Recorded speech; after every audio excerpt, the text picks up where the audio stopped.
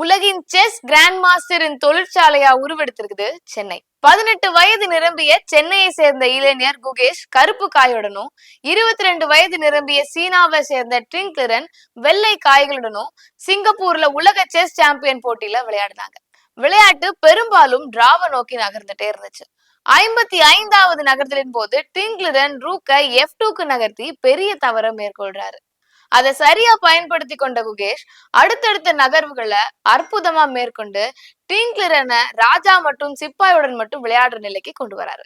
ஆனா 58வது நகர்தலின் போதுதான் குகேஷ் ட்விங்க்லிரனை வீழ்த்தி அதிர்ச்சியை கொடுக்கிறாரு.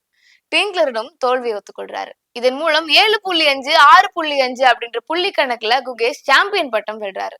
உலக சாம்பியன் பட்டம் வென்ற 18வது வீரர் ஆனார் குகேஷ். சாம்பியன்ஷிப் பட்டம் வென்றதன் மூலம் இளம் உலக செஸ் சாம்பியனான முதல் வீரர் என்ற வரலாற்று சாதனையை படைக்கிறாரு சென்னையை சேர்ந்த குகேஷ்.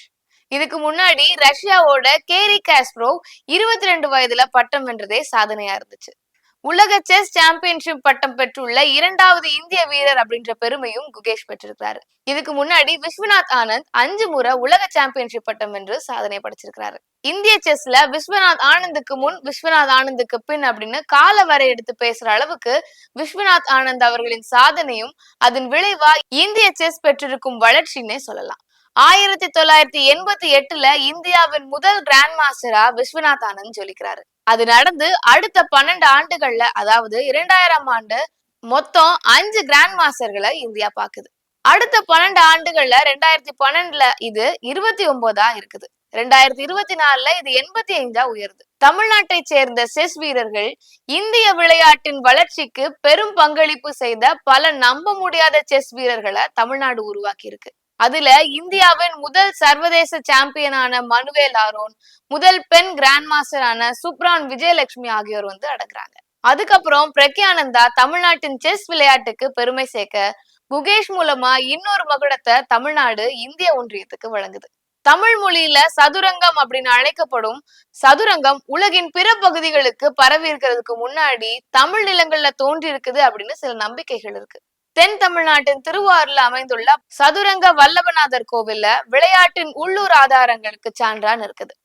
சதுரங்க வல்லபநாதர் என்றது கடவுள் பெயர். சதுரங்க விளையாட்டில் நிபுணத்துவம் பெற்றவர் அப்படின்றதுதான் அதுக்கு பொருள்.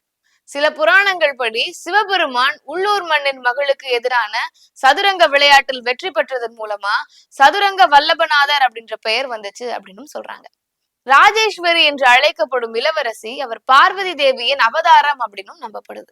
இளவரசி ஒரு மேதை, சதுரங்க வீராங்கனையாக இருந்ததால ராஜா தனது மகளை விளையாட்டுல தோற்கடிக்கிறவருக்கு தன் பெண்ணை மணமுடித்து தருவதா அறிவிக்கிறாரு. இப்படி செஸ் புராணங்கள் ஒரு பக்கம் இருக்க, 1500 ஆண்டுகளுக்கு முன்பே தமிழ்நாட்டுல சதுரங்கம் விளையாடியதாக கோவில் ஆவணங்கள்ல கூறுகிறது. சதுரங்கம் அதன் ஆரம்ப வடிவுல இந்தியாவில தோன்றி ஐரோப்பாவுக்கு சென்று, இருப்பினும் அது சில மாற்றத்தோட இப்ப உட்பட்டு இருக்கு அப்படின்னு வரலாற்று நிபுணர்கள் தெரிவிக்கிறாங்க.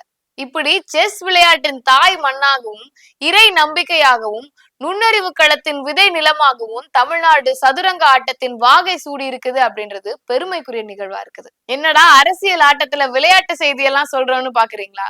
நம்ம அரசியல் ஆட்டத்தின் லோகோவே சதுரங்க ஆட்டம் தான். நமக்கு அரசியல் ஆட்டமும் சதுரங்க ஆட்டமும் ஒண்ணுதான்.